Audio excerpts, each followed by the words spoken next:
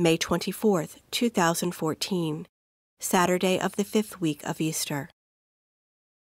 A reading from the Acts of the Apostles. Paul reached also Derbe and Lystra, where there was a disciple named Timothy, the son of a Jewish woman who was a believer, but his father was a Greek.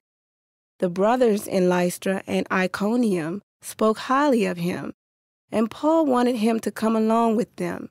On account of the Jews of that region, Paul had him circumcised, for they all knew that his father was a Greek.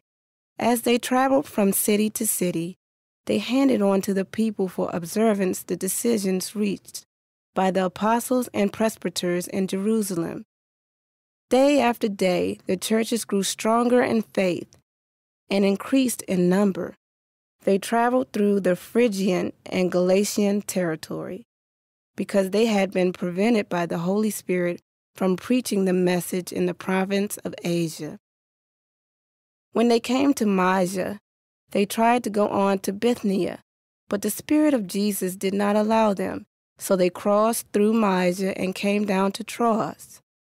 During the night, Paul had a vision.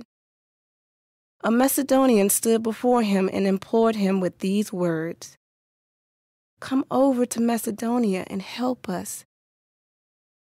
When he had seen the vision, we sought passage to Macedonia at once, concluding that God had called us to proclaim the good news to them.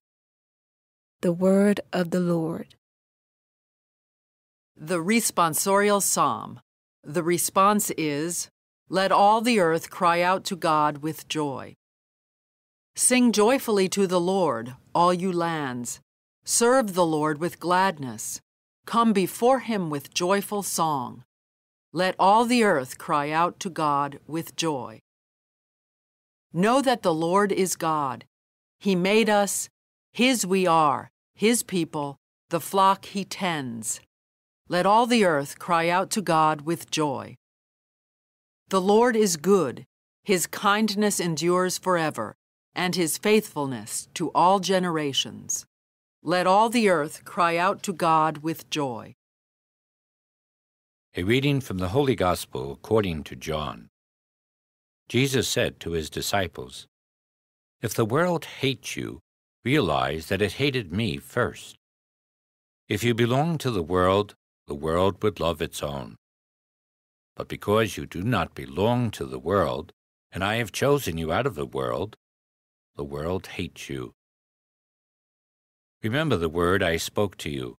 No slave is greater than his master. If they persecuted me, they will also persecute you. If they kept my word, they will also keep yours. And they will do all these things to you on account of my name, because they do not know the one who sent me." The Gospel of the Lord.